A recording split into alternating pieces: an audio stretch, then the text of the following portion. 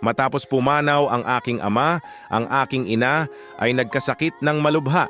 Walang pera ang aming pamilya at ni hindi man lamang namin kayang makakain ng sapat.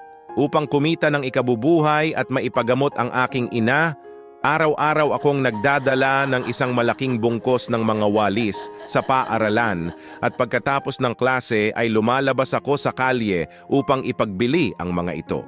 Ngunit sa loob ng ilang magkakasunod na araw, ni isang walis ay walang nabenta.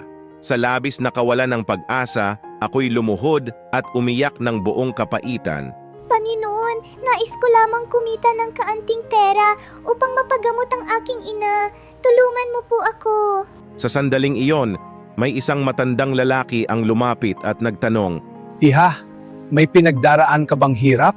Matapos niyang marinig ang aking kuwento, siya'y umiyak at nagsabi, Iha, ikaw ay lubhang mapagmahal sa magulang. Bibiling ko ang lahat ng ito. Agad akong napaiyak at patuloy na nagpasalamat sa Panginoon. Kaibigan, kung ikaw ay namumuhay sa paghihirap, subukan mo ring manalangin. Makikita mo na ang Diyos ay tunay na hindi ka pababayaan. Handa ka bang mag-alay ng amen at ibahagi ito upang makatulong sa mas maraming tao?